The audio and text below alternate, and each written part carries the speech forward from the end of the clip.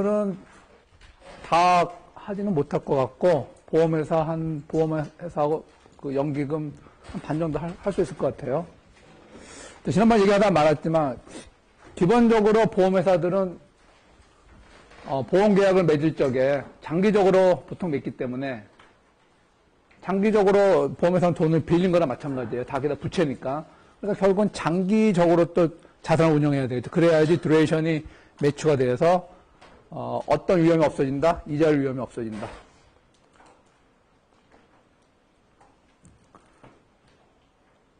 그러면 그 장단기가 매출이 안 되는 경우가 많이 있죠.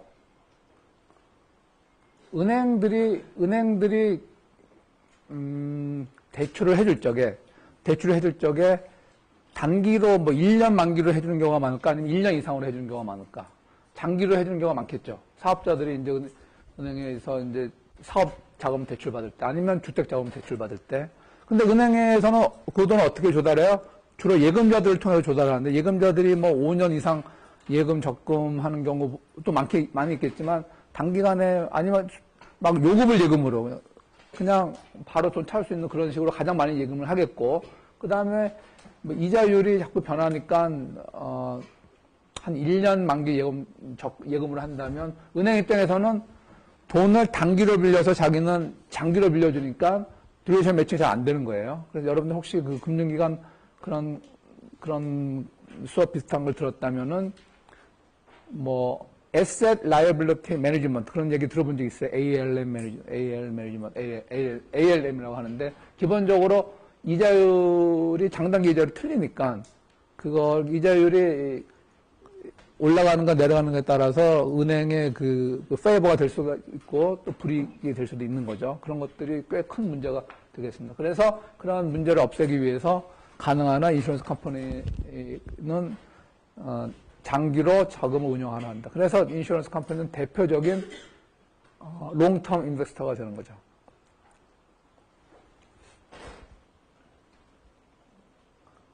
우리 책에서는 기본적으로 두 가지 인슈런스 컴퍼니 얘기하고 있죠. 생명보험회사 그리고 손해보험회사 얘기하고 있습니다.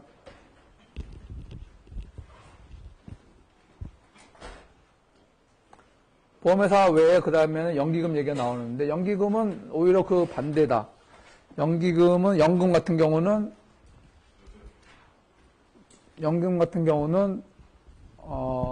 돈을 먼저 내고 나중에 오랜 기간에 걸쳐가지고 그 연금 혜택을 받는 거고 예금자들이 보험은 매달 아니면 일정 그 레귤러리 돈을 내면서 무슨 사건이 발생하면 자동차 사고가 발생한다든지 건강을 잃었다든지 그 경우에 한꺼번에 받는 거죠. 그러니까 그 캐시플로의 그 양태가 반대가 되는 그런 상황이 되겠습니다.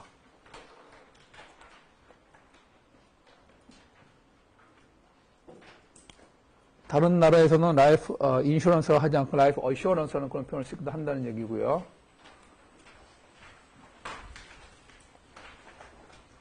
여기서 여러분 읽다 보면 팔러시라는 얘기가 나오죠. 그럼 폴리시하고 인슈런스 보험하고 어떤 차이가 있을까? 왜 어떤 때는 인슈런스란 말을 써서 어떤 사람은 폴리시라는 얘기를 쓸까? 그 폴리시란 말은 개별 보험 계약을 얘기하는 거예요. 그래서 폴리시 홀더 그러면 팔러시 홀더 그러면은 정책을 갖고 있다는 뜻이 아니고 개별 계약자라는 뜻이 되겠죠.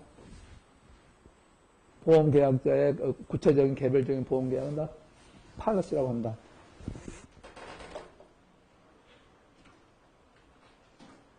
텀 라이프 인슈런스는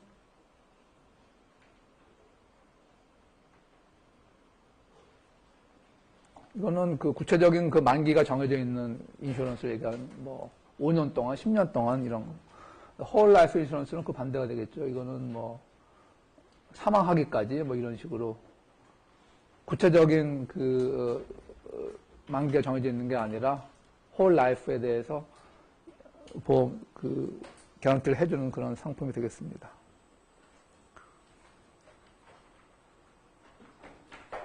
여러분 책 읽어보다 이 부분을 읽으셨는지 모르겠는데 여기 providing이라는 표현이 나와요. 뭐 이거는 우리 전공 내용과는 관련이 없지만 저 providing이라는 말을 읽다 보면은 저거 말고 저렇게 읽어도 뭐 해석이 되지만 어떤 말로 바꾸면은 더 한국 사람한테 해석이 확실하게 될까? 혹시 저 문장을 읽었다면, 아니면 지금 읽어도 돼요?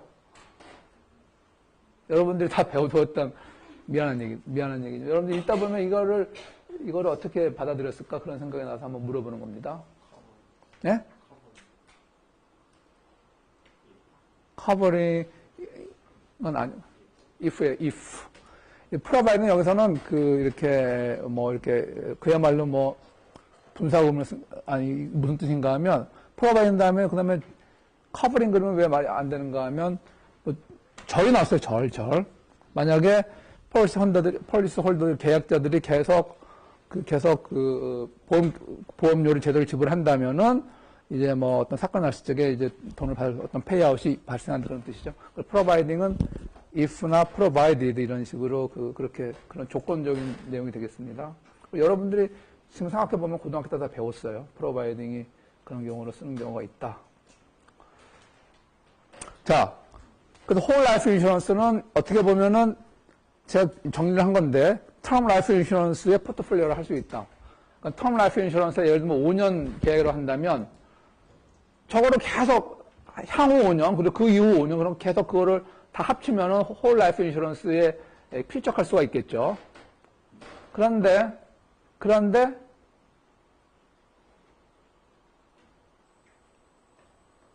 왜 5년, 예를 들면 평균 사망하기 전까지 남은 기간이 평균 50년이라고 예상이 되는데, 이거는 5년 곱하기 10번이니까 5년짜리 텀 라이프 인슈런스를 계속 연속적으로 10개 들면은 50년 보장받는 거나 동일한 효과가 있는데, 이걸 10개 드니까 이거는 한 달에 1,000불씩 해서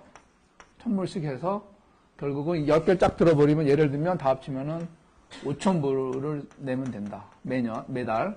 근데 이거는 6,000불이 나온다. 제가 질문을 하는 것은 이런 얘기입니다.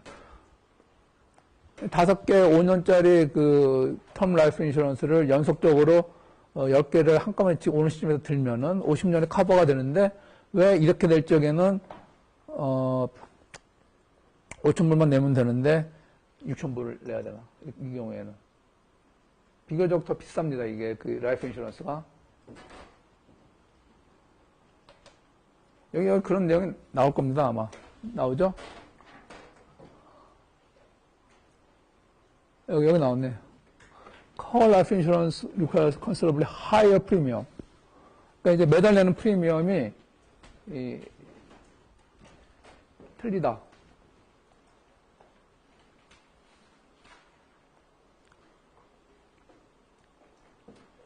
이거는 여러분 나중에 이제 넘어가도록 하겠습니다. 왜 틀린가? 그건 나중에 보면서 설명하도록 하겠습니다.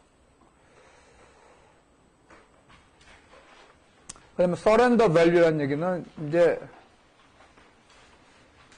약정 기간까지 다 보험 계약료를 내지 않고 중간에 그만둘 적에 그때 받게 되는 돈입니다. 그때 보통 이제 계약 기간이 까딱 제대로 내지 않으면은 굉장히 적은 돈을 받게 되죠. 그리고 사실 그것 때문에 보험회사들이 거기서 많은 이익을 취하고 있습니다.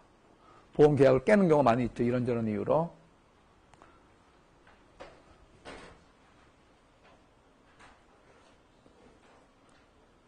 자, 코스트를 보니까 이 그림이 이제 아까의 질문과 관련 있는 설명이 되겠습니다. 여러분들이 홀 라이프 인슈런스를 들었는데, 생명보험, 사망 시까지 생명보험을 들었는데, 여러분들이 매달 혹은 매년 내는 돈은 정해져 있죠. 매달 하면 좀 비싸게 $20,000 좀 비싸게 하죠. 애니얼 프리미엄. 그러니까 매년 여러분들이 사망할 때까지 매년 $20,000 내야 되는데, 사실은 젊었을 적에는 보험회사 돈을 더 많이 걷는 셈이죠. 젊은 사람들이 이렇게 시리어스한 질병에 걸린다든지 그런 경우는 좀 적으니까. 그러나 나이 들수록 이제 굉장히 많은 병 치료를 해야 되기 때문에 커버 관련 비용이 굉장히 많이 올라가죠. 그래서 내는 돈은 매년 똑같지만 실제적인 코스트 발생은 이런 식으로 발생하기 때문에 결국 이것들의 가중 평균이 이만대가 되는 거죠. 그러니까 텀 라이프 인슈런스를 만약 5년짜리 잡으면 5년짜리 텀 라이프 인슈런스는 초기에는 이 정도기 때문에 여기에 이 5년 동안의 가중 평균을 잡으면 여기서 끝나겠고 또 그 다음에 5년 동안 여기서 끝나겠고. 그러니까 이 표현은 좀 무리가 있어요. 이거는 이제 연속적으로 시간이 지난 상황인데 이건 좀 표현이 문제가 있고 텀 라이프 인슈런스는 우리의 특정 그 나이를 계산해 봤을 적에 앞으로 5년은 향후의 5년보다는 코스트가 굉장히 적게 들기 때문에 여기에 대한 가중 평균이 5년 동안의 가중 평균이 그 보험료는 그거보다 쌀 수밖에 없는 거죠. 이거는 약간의 어폐가 있다. 이거는 계속 제가 계속 드는 것을 그런 표현을 했는데 그래서 보험회사의 캐시플로우는 이런 식으로 처음에는 보험회사 세이빙을 많이 하고 나중에는 한 사람의 어떤 계약자가 나중에는 돈 받는 것보다는 페이아웃을 더 많이 해주는 겁니다. 자, 질문. 그렇다면 이 홀 라이프 인슈런스를 여러분이 들었을 적에 그때 여러분들이 매년 내야 되는 계약 그 보험료가 이러한 그 여러분한테 적용될 이러한 그 코스트들의 평균 가중 평균 금액일까? 아니면 그보다 클까? 아니면 작을까? 심플한 질문이에요.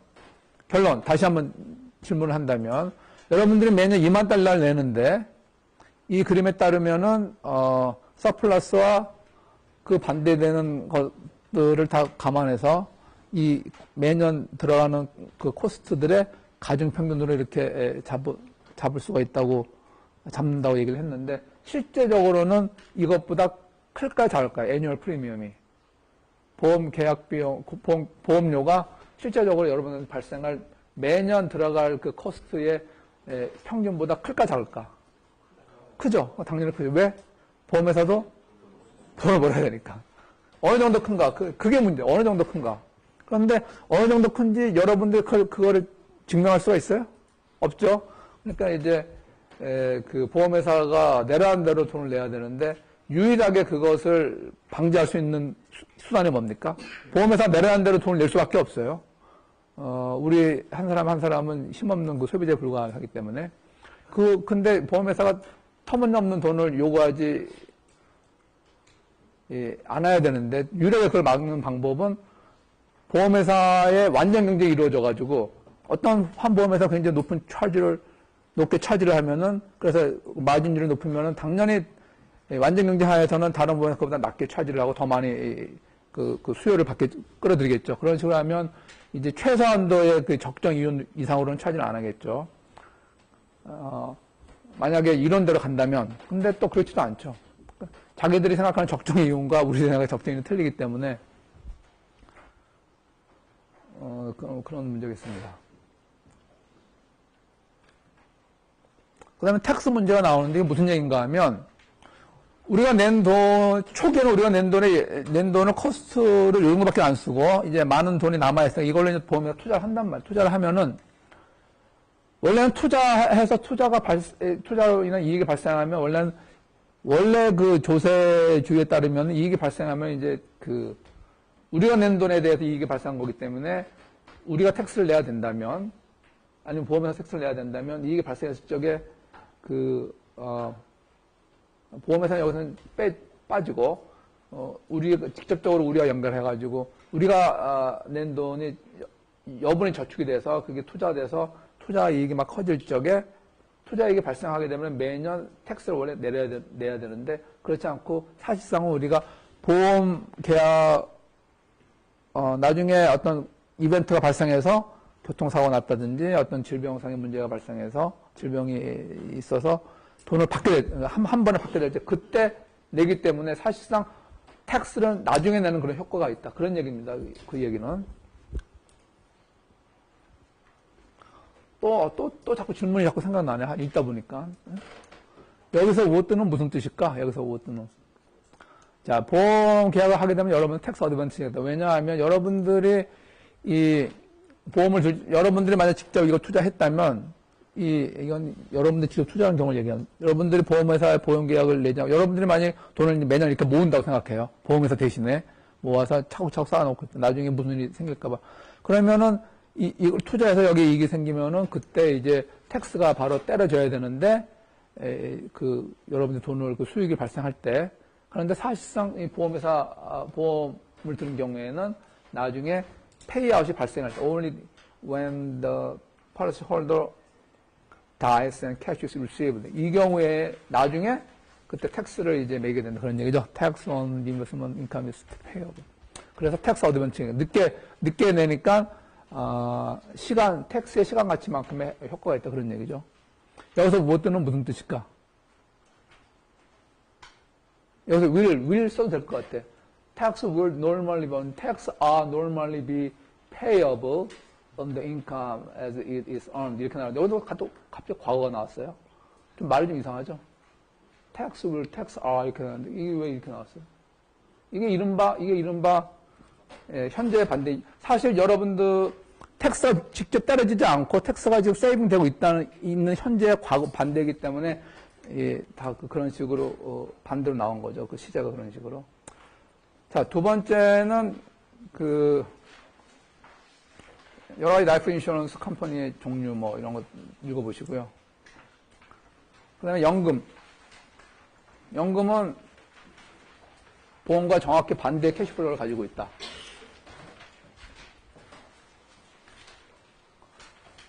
연금은 먼저 돈을 한꺼번에 내고 나중에 아니면 여러 번에 걸쳐서 많은 페이먼트를 상당한 금액을 페이를 하고 그 다음에 오랫동안에 걸쳐서 레귤러 페이먼트를 받게 된다. 이게 연금, 보험회사, 인슈런스와 약간 반대죠. 아주 극단적인 경우는 오늘 현재 건강보험 같은 경우, 생명보험 같은, 연금의 경우, 오늘 예를 들면 1억을 내고 그 대신 앞으로 10년 후부터 사망 시까지 매달 얼마를 받는 이런 식의 연금 계약이 있을 수 있습니다. 그러면 10년을 내고 그렇게 하면 어떤 문제가 있을까? 보험회사가 거기서 그 연금 계약의 그 회사가 그로부터 이익을 취해야 되니까 여러분들이 낸 돈 1억보다 평균적으로 덜 받게 되겠죠. 프리미엄 밸류를 계산하면. 그 나머지가 이제 그 회사가 이제 취하는 몫인데 그럼 결국 1억을 내고 예를 들면 8천만 원을 돌려받는 셈이에요. 세상에 공짜가 없으니까 그걸 1억을 내고 더 많이 받으면 연금회사는 뭘 먹고 삽니까? 그러면 이런 질문. 그러면 왜 그 1억을 자기 혼자 킵하고 있다가 자기가 그거를 10년 후부터 거기서 그냥 10년 동안 거기다 은행에 예금하면 10년 후에는 또 1억보다 더 큰 돈이 되어 있다가 거기서 차근차근 돈 빼서 자기가 받으면 되지 자기 돈 가지고 왜 그거를 보험회사에 맡기고 10년 있다가 보면 이런 짓을 할까? 제 생각에는 이럴 것 같아서 왜 그렇게 경제적으로는 손해가 되는 짓을 할까?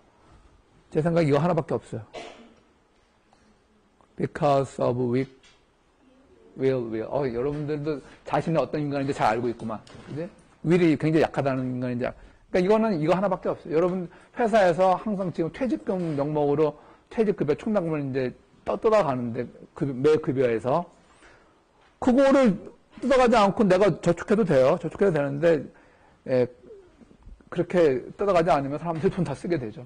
여러분들 부모님, 어머니, 아버지 이런 얘기하고 막 싸우시는 경우 없어요? 돈 생기면 무조건 우리는 물건을 사야 된다는 거예요. 안 쓰면 다 술 먹고 다 이상하게 써버리기 때문에 물건 사는 게 남는 거다 이런 식으로 물건 사는 것을 정당화하는 경우가 저희 친척 중에 있었습니다. 어떤 그렇다는 얘기고요. 연금은 보험과는 반대의 그런 캐시플로우를 가지고 있다.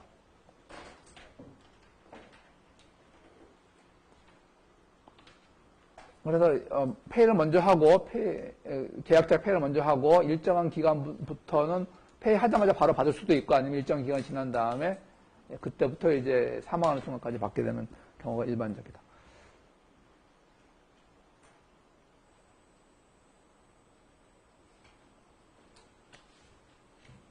아니면은 한 번에 페이를 하지 않고 여러 번에 걸쳐서 페이를 예를 들어 5년 동안 페이를 계속하고 아니면 10년 동안 페이를 계속하고 10년 이후부터는 그냥 받기만 하는 그런 식이 될 수도 있고. 그 다음에 이걸 뭐라고 그러지, 우리말로? 이걸 특별 변동연금을 변액보험이라는 뭐 이런 얘기입니다. 변액보험. 우리식으로 얘기하면 변액보험 같은 경우에는 그 자기가 계약자가 페이한 돈을 은행에서 안정적인 그런 자산을 투자하는 게 아니라 주식에도 투자하고 뭐 다른데 대체 투자도 하고 뭐 그래서 결국 이 투자 성과에 따라서 자기들 받게 되는 돈이 달라지는 경우가 있는데 그거는 여러분들이 선택하는 거에 따라 틀리죠. 선택 안 하면 되는 거 그런 게 싫으면.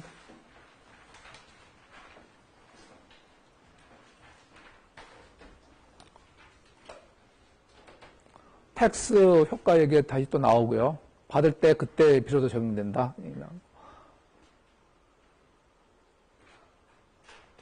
최종적으로 자기가 낸 돈이 쌓여가지고 최종적인 가격, 현재 시점의 가격을 어큐뮬레이티브 밸류라고 하는데 만약 여러분들이 보험계약 중간에 스탑하게 되면은 그거보다 적은 돈을 받게 되는데 그 돈을 이제 서렌더 밸류라고 한다. 다시 표현을 하고 있습니다. 그 서렌더 밸류는 어큐뮬레이티브 밸류보다는 통상 적은 금액이다. 그런데 가끔 가다는 계약 기간 이전에 그 보험계약을 중단해도 페널티가 없는 그런 보험도 있을 수 있다. 그런 얘기가 나오는데 자, 이걸 읽으면서 그 여러분은 어떤 생각이 읽지 않았지만 여러분들 지금 읽으니까 어떤 생각이 들어요? 이건 거짓말이죠, 거짓말. 그러니까 이렇게 표현을 이렇게 하지만 이게 말이 돼요? 말이 안 되죠. 왜냐하면 그 보험회사 입장에서는 돈을 얘가 이제 계약자가 10년 동안 한 달 얼마씩 페이하기로 이렇게 약정을 했는데 갑자기 3년 만에 스탑을 했어. 그럼 보험회사 입장에서는 당황스러워요, 안 당황스러워요? 그 10년 이후에 10년 동안 생각해가지고 장기 투자를 하고 있는데 갑자기 3년 만에 그만두면서 어큐뮬레이티브 밸류를 좀 받고 싶은데 서렌더 밸류가 아닌 그 공정한 어큐뮬레이티브 밸류를 다 주셔. 만약에 이런 계약이 있다 그러면 그건 언페어한 계약이에요. 보험회사도 불리한 계약이기 때문에 어떤 보험회사 그렇게 할 리가 없죠. 근데 이제 페널티 프리 위드로는 아예 애초에 만약에 여러분들이 10년 계약을 했는데 3년이나 5년 그 전에 그 서렌더를 하게 된다면 위드로를 하게 된다면은 얼마를 받게 될 거라는 그런데 아마 굉장히 적은 정도의 어떤 그 리턴을 주면서 보험회사가 평균적으로 손해를 안 보게 그렇게 사실 하는 거예요. 안 그러면은 보험회사가 이런 장사를 할 이유가 없는 거죠.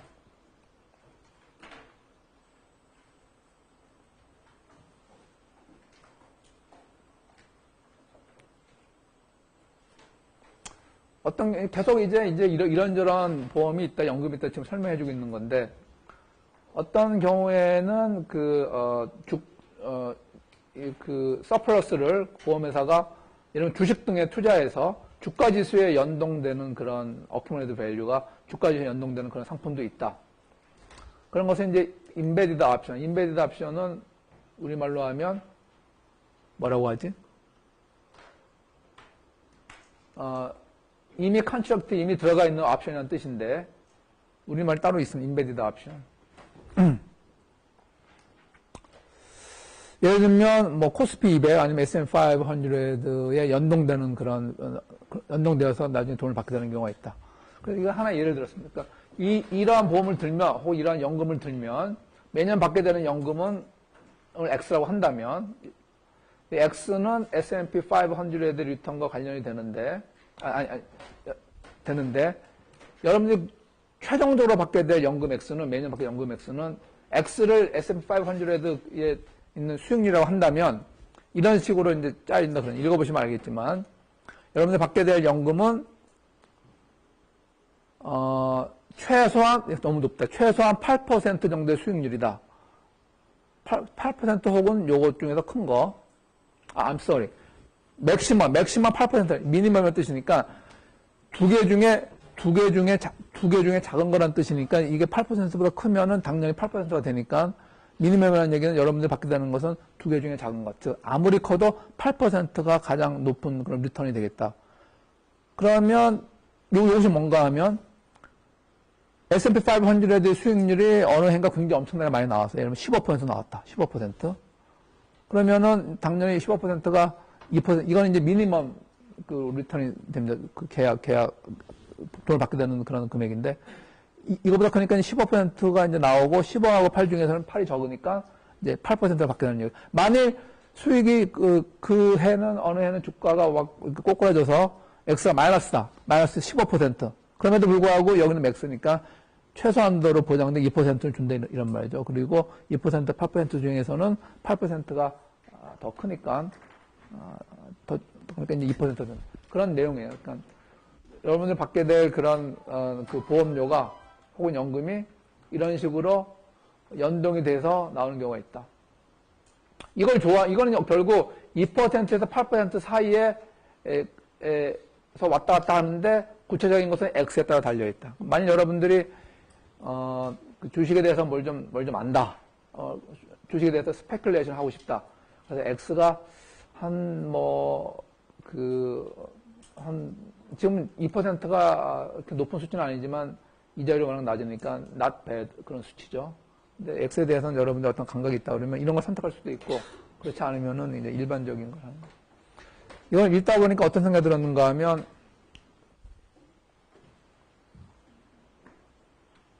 어떤 교수님들은 그레이딩을 이렇게 해요. 그레이딩을. 최종적인 성적을 이렇게 주는 경우가 있어. 예를 들면 저는 그렇게 하지 않지만 그리고 대부분 그렇게 하지 않지만 어떤 교수님은 우리 학교는 아닌 것 같은데 뭐 중간고사와 기말고사의 차이 뭐 이런 식으로 해서 얼마나 향상됐는가 이런 거 본다면서 꽤 복잡하게 하는 이런 식으로 그야말로 미니멈 맥시멈을 쓰는 그런 경우를 봤어요. 제가. 여러분들 자기 성적에 대해서 스페큘레이션 하고 싶으면 이런 식으로 해드릴 수 있습니다. 제가. 여러분들 유틸리티를 이게 증가시킨다면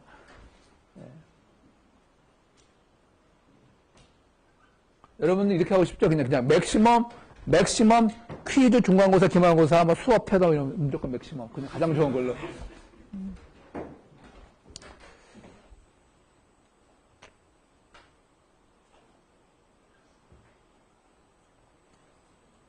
그 다음에 이제 보험료를 계산하기 위해서는 추정을 해야 되는데, 이 사람이, 얼마나, 사람들이 얼마큼 이렇게, 수명이 어떻게 되는가.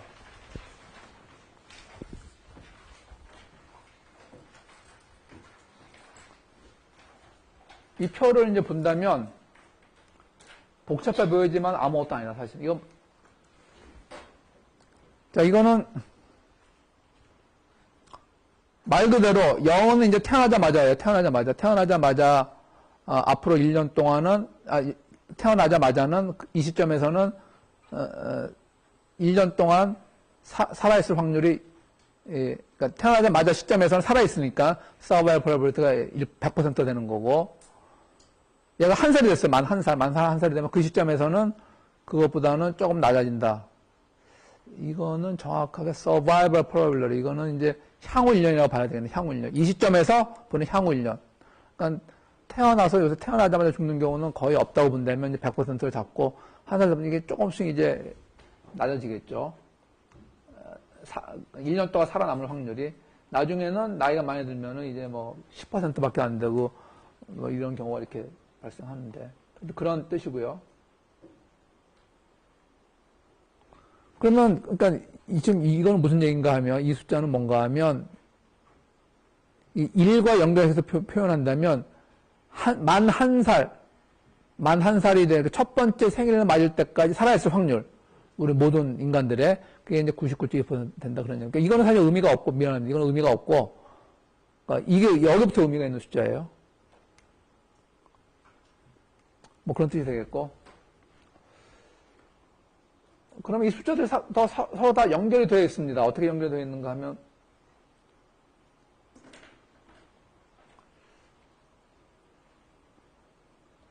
여기 봅시다. 이거는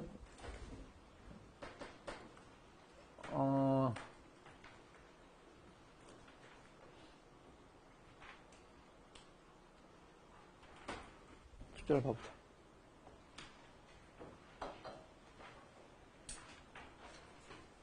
자, 90살 된 사람이 91살 될 때까지 1년 동안 살아있을 확률이 0.12986이다. 0.12986. 그렇죠? 아까 제가 설명 어떻게 했습니까? 이 1이라는 거 연결시켜서 태어나서 만 1살이 될 때까지 살아있을 1년 더 살아있을 확률이 이렇게 되니까, 예를 들면 3이라 그러면은 이 숫자는 뭐예요? 만 2살부터 만 3살이 될 때까지 1년 동안 살아있을 확률이 이렇게 되는 겁니다. 그렇다면 마찬가지로 91하고 연결돼서 이건 뭡니까? 만 90세에서 만 91세가 되는 1년까지 살아있을 확률이 이렇게 된다. 91세까지 1년 더 살아있을 확률이 이렇게 되고, 그렇다면은 90살과 91살 사이에 사망할 확률은 이건 뭡니까?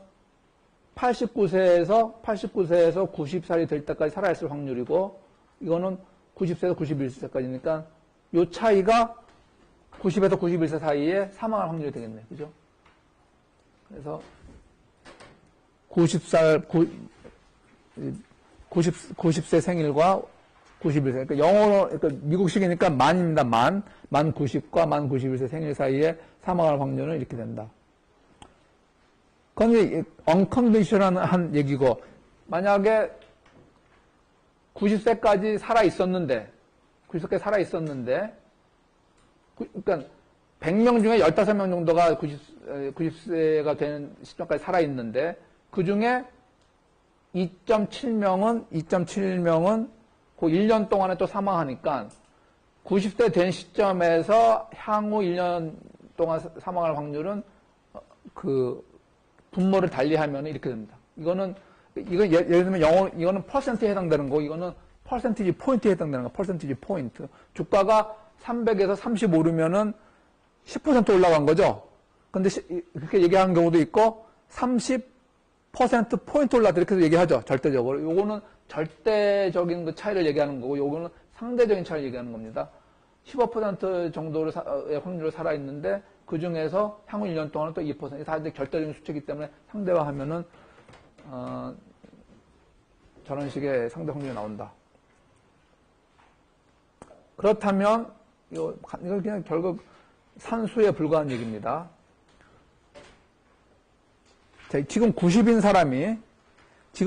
사람이 2년 후에 사망할 확률은, 그러니까 첫 번째 2년 동안 사망하지 않고 두 번째 해 사망할 확률은 어떻게 계산해야 되는가 하면, 첫 번째 해에는 사망하지 않고 두 번째 해에는 반드시 사망해야 되는 경우니까 이렇게 되는 거죠. 첫 번째 해 사망하지 않을 확률은 이거죠. 자, 90세 된 사람을만을 대상으로 했을 경우에 1년 동안 사망할 상대적인 비율은 이 정도인데, 첫 번째에는 사망하지 않고 1 마이너스. 두 번째는 어떻게 되겠어요? 두 번째는 또 이런 식의 숫자가 나왔겠죠. 1913. 이거는 여기서 나온 숫자가 아니고, 결국 이 숫자네.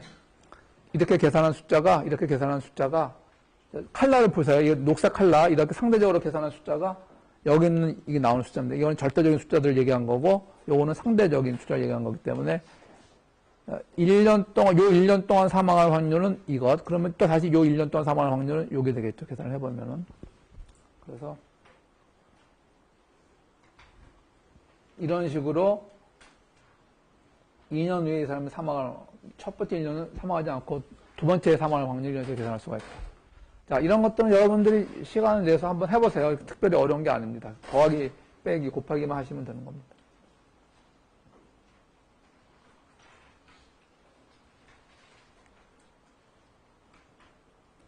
마지막으로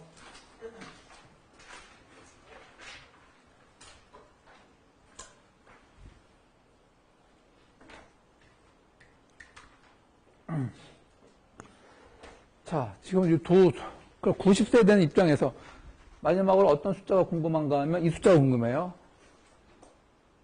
Life expectancy.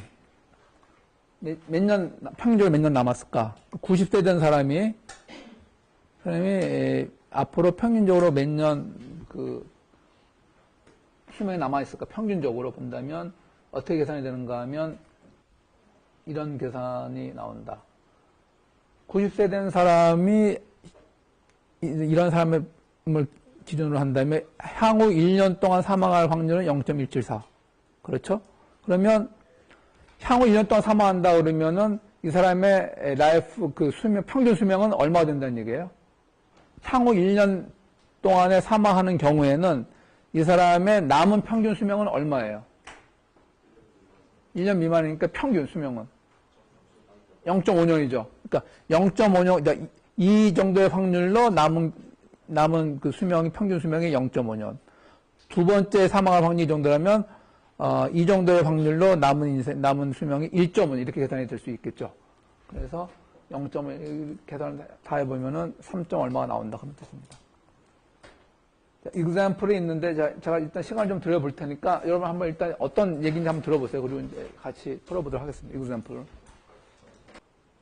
아주 정확히 계산이 된 상황입니다.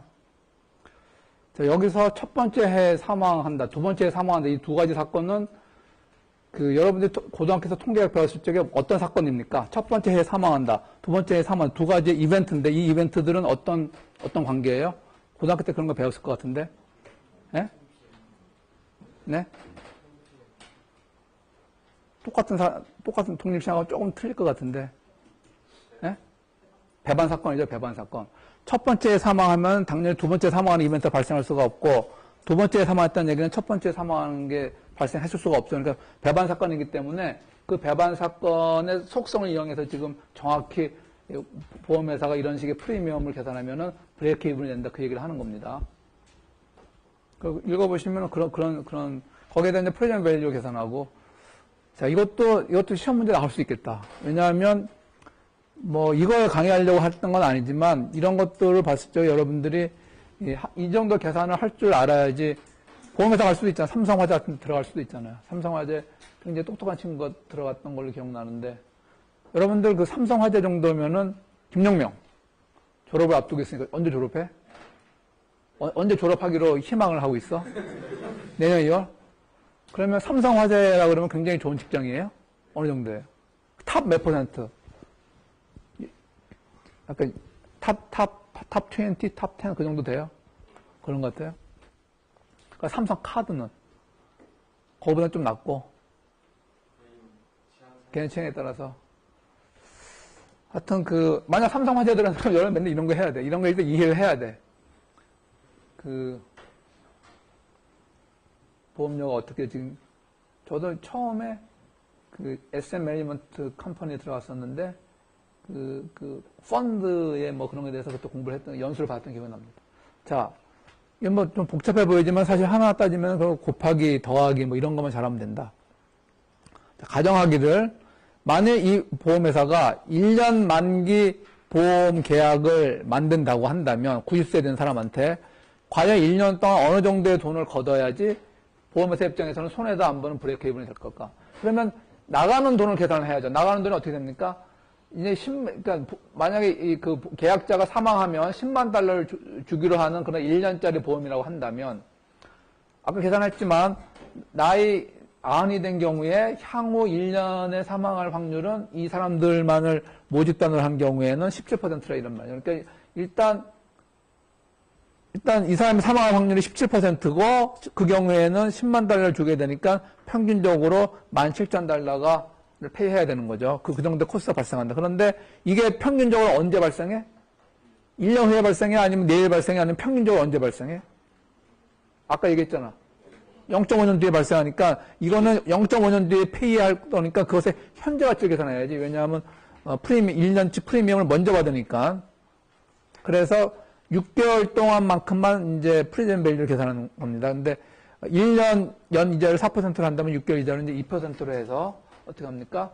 이 금액에서 1.02로 나눠주면 정확히 6개월만큼의 프레젠트 밸류화 한 거죠. 그러니까 이 사람한테는 계약하자마자 바로 그날 이만큼의 돈을 받으면 보험회사 입장에서는 브레이크 이븐이 된다. 그런 얘기가 되겠죠.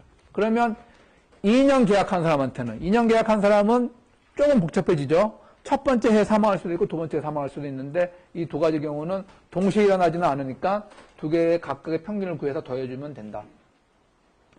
첫 번째 사망할 확률의 첫 번째 회에 대한 것은 이미 결과가 나왔어요. 이 사람한테는 이 정도 받으면 된다. 그러니까 결국 두 번째 해에 사망할 때 들어가는 돈의 현재 가치를 구해서 그것만큼 더해서 차지하면 되겠죠. 그럼 두 번째 사망 확률은 어떻게 됩니까? 두 번째 사망 확률은 여기 나왔잖아. 0.140. 그러니까 두 번째 사망 확률은 뭐 똑같은 얘기인데 결국 첫 번째 사망하지 않고 이건 세 번째 사망할 확률이구나. 첫 번째 사망하지 않고 두 번째 사망할 확률은 여기서 나왔죠 앞에 여기. 이게 두 번째 사망할 확률이죠 이게 정확히. 첫 번째 사망하지 않고 그리고 두 번째 사망할 확률 곱해주면 이게 그 확률이 되는데 이 확률 곱하기 두 번째 해에도 사망하면은 10만 달러를 페이해줘. 그러니까 곱하기 10만 달러 하면 평균 두 번째 사망에서 평균 들어가는 돈이죠. 근데 이거는 이 페이아웃은 언제 평균적으로 발생하는가 하면 1.5년 후에 발생하니까 2%를 3번 6개월짜리를 3번 하면 이제 이렇게 그거를 디스카운트 팩터로 해서 계산하면은 현저하게 나오겠죠. 그것과 아까 계산한 첫 번째 사망할 때의 프리미엄, 적정 프리미엄을 더하면 이게 프리미엄이 된다. 한 번에 받게 될 프리미엄을 얘기하는 건데, 이거는. 결국 이거는 present value of cash outflow of long life insurance. 이 보험회사 입장에서 이 사람으로 인해서 나가게 될 캐시 아웃플로우의 평균들의 현재 가치가 되겠다.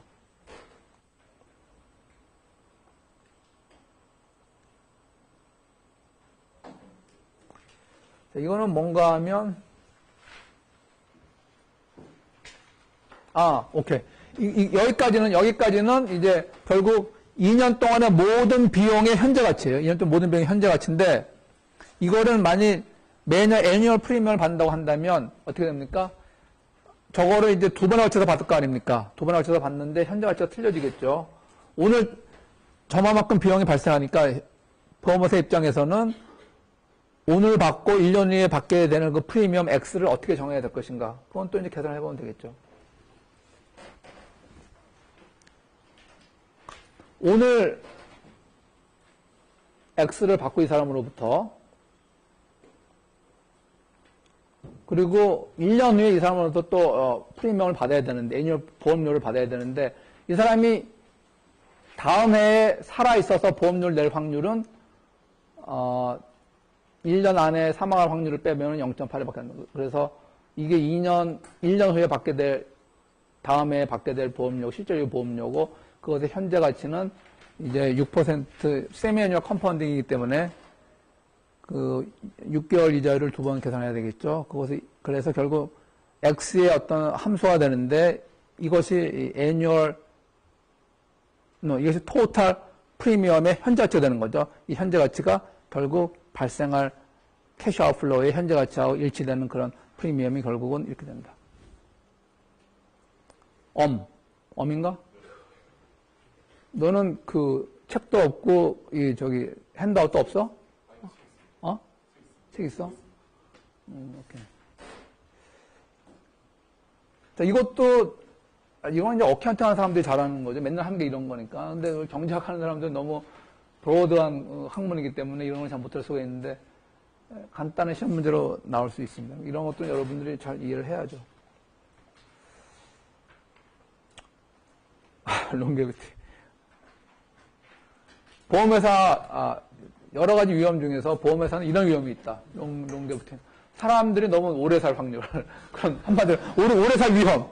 네? 오래 살 위험. People living longer. 오래 살 위험인데, 이미 알려진 위험은 위험이 아니죠. 그쵸? 그러니까 항상 위험을 할 때에는 이게 들어가야 돼, 이게. People living longer. People living longer. Risk of people living longer. 이게 들어가야지 정확한 의미가 되죠. 어떻게, 뭐 들어가야 될까? 나중에 그런 표현이 나오는데. 네? 예, 크게 해봐. Then expected까지 들어야 되는 거죠. 이미 저 사람은 90세 정도 살 걸로 예정이 돼서 그 정도 살고 사망한다면 아무런 위험이 아닌데 90세보다 오래 사는 경우가 있기 때문에 정확히 얘기하면 이렇게 표현을 해야 됩니다. 그러나 사람들이 더 예상보다 오래 산다면 보험회사에서는 보험회사 아니라 연금 보험에 대해서는 연금 보험회사에서는 굉장히 안 좋은 소식이지만 라이프 인슈런스 회사에서는 좋은 소식이다. 왜냐하면 사망하면 이제 우리가 보험회사가 럼섬으로 지급해야 되는데 그 일정이 늦어지고 어느 경우에는 또 그때까지 계속 보험료를 받을 수 있기 때문에 이게 하여튼 연금과 보험은 사실 한 보험회사는 모두 취급하지만 서로 이렇게 상충되는 그런 트레이드 오프 관계가 있다. 그런 얘기가 나옵니다.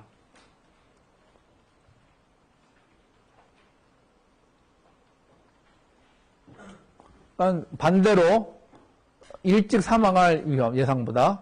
여기 바로 나오네. shorter time than expected. 예상보다 일찍 사망할 확률. 이거는 어느 연금회사에서 위험입니까? 보험회사에서 위험입니까? 보험회사지, 보험회사. 그죠?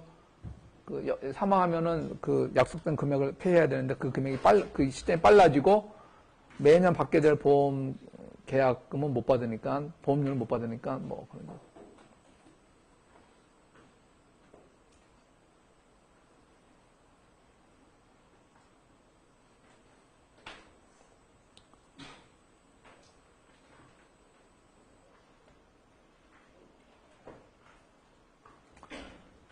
만약에 이런 것들을 잘 커버할 수 있는 그런 노하우나 그런 자금용이나 그런 것들이 없다면 보험회사는 또 재보험을 들어서 그런 위험을 해지한다. 그런 얘기가 나오고 있고요. 사람들이 예상보다 수명이 길 확률, 그런 위험에 대해서 어떻게 해지하는가 하면 리인슈런스를 해지할 수도 있고, 다른 그와 관련된 파생 상품을 거래하면서 해지할 수도 있다. 뭐 파생 상품이 굉장히 다양한 파생 상품이 있죠. 날씨 파생 상품. 날씨 때문에 회사들의 이익이 줄어들고 커지고 그럴 수 있기 때문에 어떤 수요가 있으면 파생 상품 만들어주면 됩니다. 이거는 이제 손해보험. 지금까지는 생명보험인데 손해보험은 어떻게 될까? 손해보험은 어떤 상품들이 있고 어떤 특징이 있나? 여기에 상해. 제3자한테 끼친 상해라고 했는데 여기서는 정확한 표현이 아니에요. Injuries caused by me. 오케이? Injuries caused by me to third party.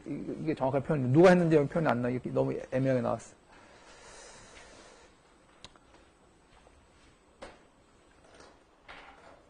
정확히 얘기하면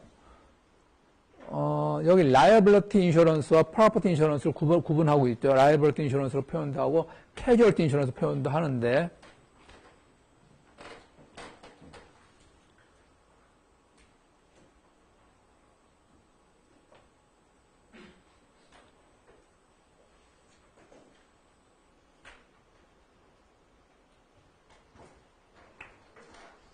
자, 손해보험은 여기서 프로퍼티 인슈런스 프로퍼티 인슈런스라는 것은 뭐 이 표현 그대로 하면은 어떤 사물에 대해서 어떠한 예를 들면 차를 도난받았다든지 화재가 일어났다 이런 것 때문에 발생하는 손해에 대해서 개런티를 해주는 보험이고 캐주얼티 인슈런스는 이것도 뭐 손해보험인데 이거는 나중에 법적으로 어떠한 어떤 라이블러티를 질 거에 대비해서 드는 위험이다.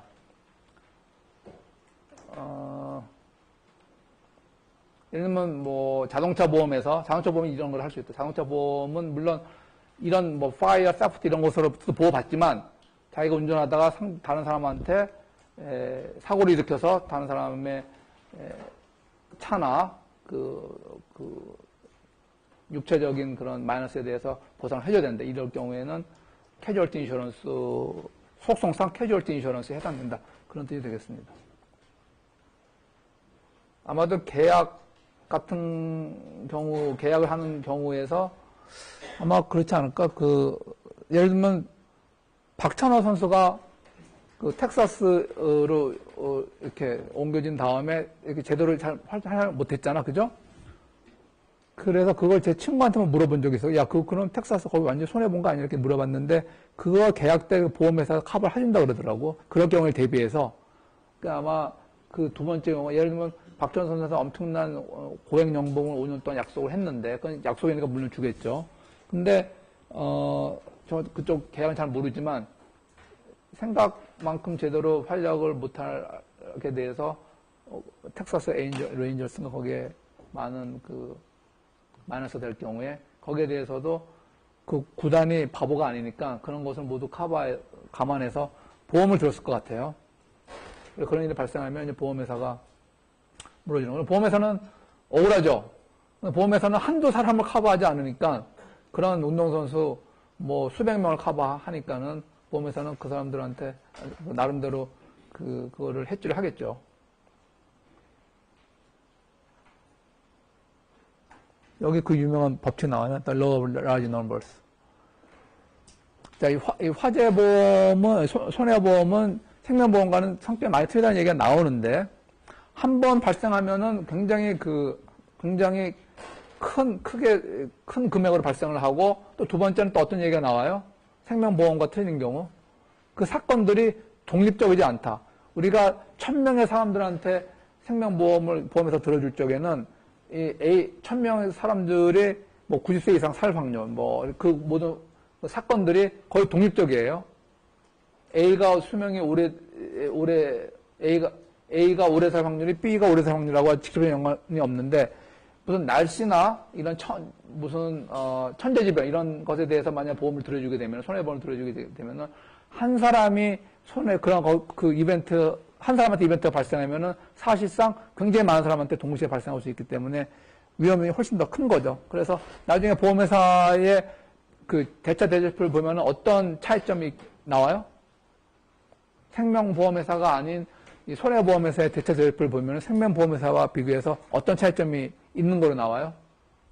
아직 거기까지 읽은 사람 없어요?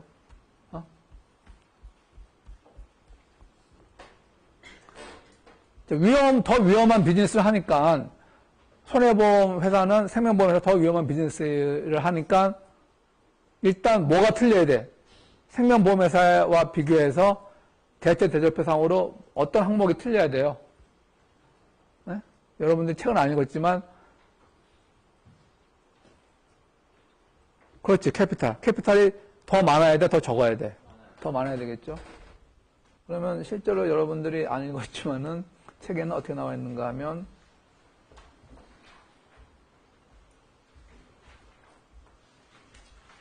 한참 뒤에 나오네. 생명보험회사에는 캐피탈이 예를 들면 전체 자산의 10%로 한다면 캐주얼티 컴퍼니의 코티는 30%로 이렇게 나와 있다. 그런 식으로 차이가 있다. 하고 있는 업무의 리스크가 틀리기 때문에 그렇게 자산 구성도 자금 조달의 구성도 달라지더라.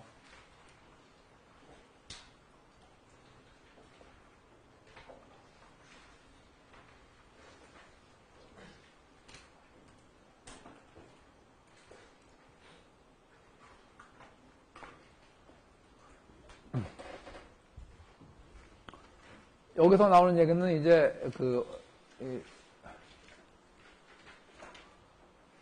손해보험 회사들 같은 경우에는 지역적으로, 그러니까 같은 지역만 커버하면은 생명보험은 별 차이 없지만 같은 지역만 커버하게 되면은 한번 허리케인이 발생하게 되면 미국 같은 경우에 그 지역 전체가 초토화 돼가지고 독립적인 사건이 아니에요. 많은 계약자들이 다 손해를 볼 수가 있기 때문에 여기서는 여러 다른 지역들 많이 커버함으로써 러브 라리 넘버스 그 효과를 얻으려고 하고 있다 그런 얘기가 나오고 있지만 기본적으로는 생명보험 회사보다는 굉장히 위험이 크고 비독립적인 서로 연관되어 있는 그런 리스크들이다 그런 얘기를 합니다. 여기 나오네, 그죠? 이런 식으로 일단 러브 라지 넘버스가 아주 잘 적용되면 좋은데 거기에는 한계가 있고 왜냐하면 위험의 성격상 서로 다른 보험 계획자들이 서로 인디펜던트한 사람 상황이 아니고 한 번 어떤 사람한테 안 좋은 일이 벌어지면 다른 사람한테도 동시에 안 좋은 일이 벌어지는 그런 확률이 높다.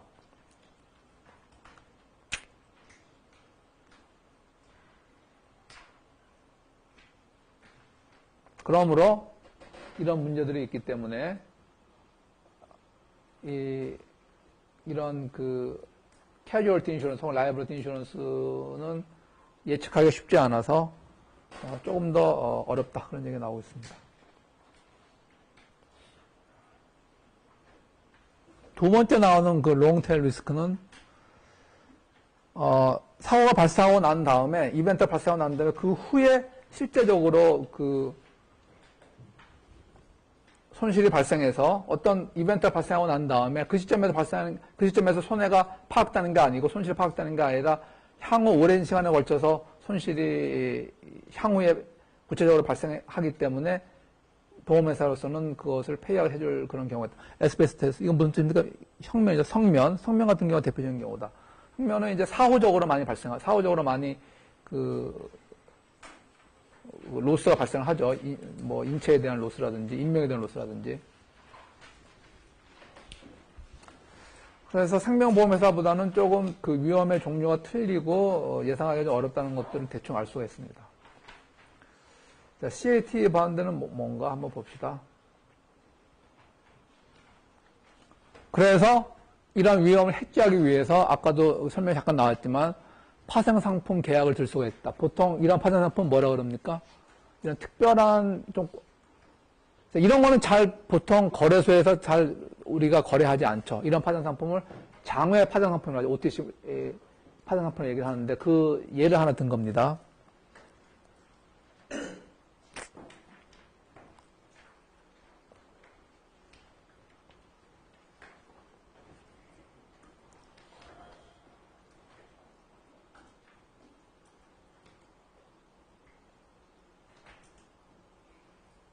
이거는 보험회사의 입장에서의 그 해지를 하는 게 아니라 그 계약자 입장에서 한번 발생하면 굉장히 그 데미지가 큰 그런 경우들이 있는데 그런 것을 커버하기 위해서 보험회사들 입장에서 그 보험 계약자를 위해서 어떠한 파생 상품들이 이제 만들어졌는가 하면 그 중에 하나입니다. 이건 그런 얘기네요. 그 보험회사들 입장에서 이런 위험을 해지하기 위해서 보험회사들이 혹은 보험회사 자회사들이 이 채권을 조달해서 채권을 발행해서 자금을 조달하는데 보통 때는 그 채권을 산 사람들한테 보통 때 높은 이자율을 제공하지만 이러한 그 어떤 특정 위험 미리 명기되어 있는 그런 종류의 위험 그런 이벤트가 발생하게 되면은 그 채권을 산 사람들이 실제로 그 은행, 그 보험회사가 지불해야 될 그런 페이아웃 중에 일부를 커버를 하는 그런 식의 그런 보험이다. 그 채권이다. 그러니까, 결론적으로 얘기하면 그 밑에 나와 있지만, 이런 보험을 사람들이 사게 되면은, 보통 때는 이 보험회사로부터 높은 이자를 지급받게 되지만, 그러나 어떤 치명적인,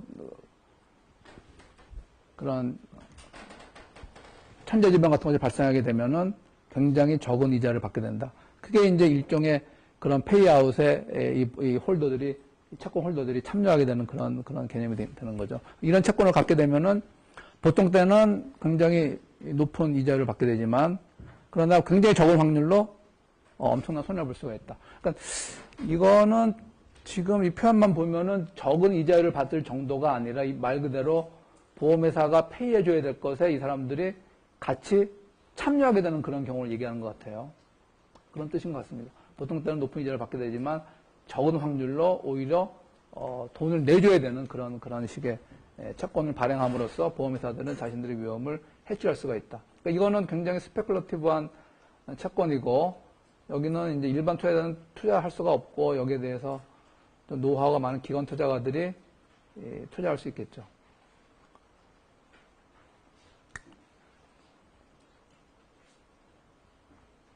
자, 그러면 도대체 이러한 바운드에 투자하는 사람은 누굴까? 왜 이러한 바운드에 관심을 가지고 투자를 하게 될까? 보통 사람들은 좀 굉장히 부담을 가질 것 같아요. 한마디로 평균적으로는 높은 이자를 받지만 어떤 때는 자기가 이자를 못 받는 정도가 아니라 보험회사의 손실을 자기가 같이 커버해줘야 되는 그런 경우니까. 여기 표현에 따르면은 자, 이 채권의 베타는 0이에요, 0. 왜냐하면 베타는 어떤 시장에서 위험입니까?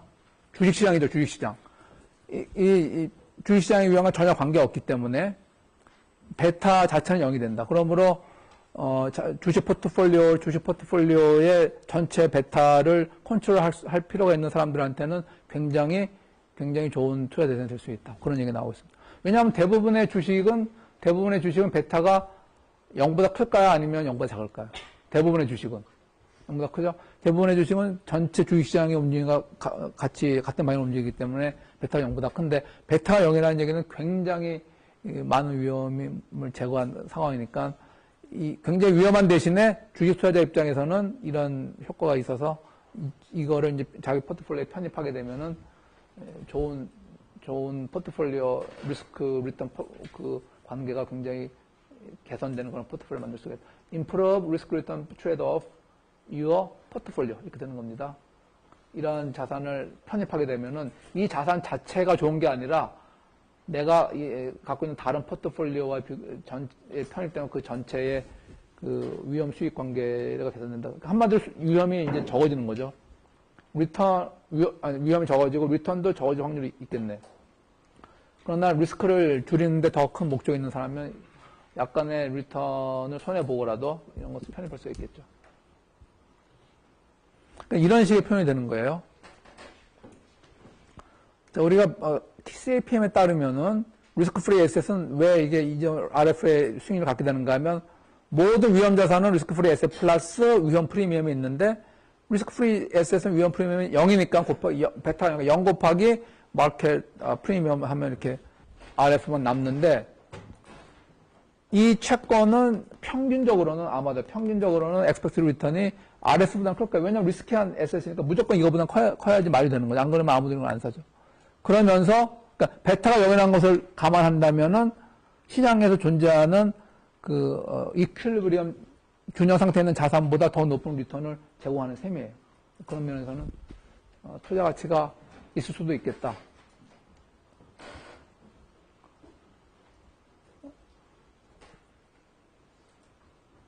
자, 오늘은 여기까지 하겠고요. 다음 시간에는 3장 마지막까지 하도록 하겠습니다.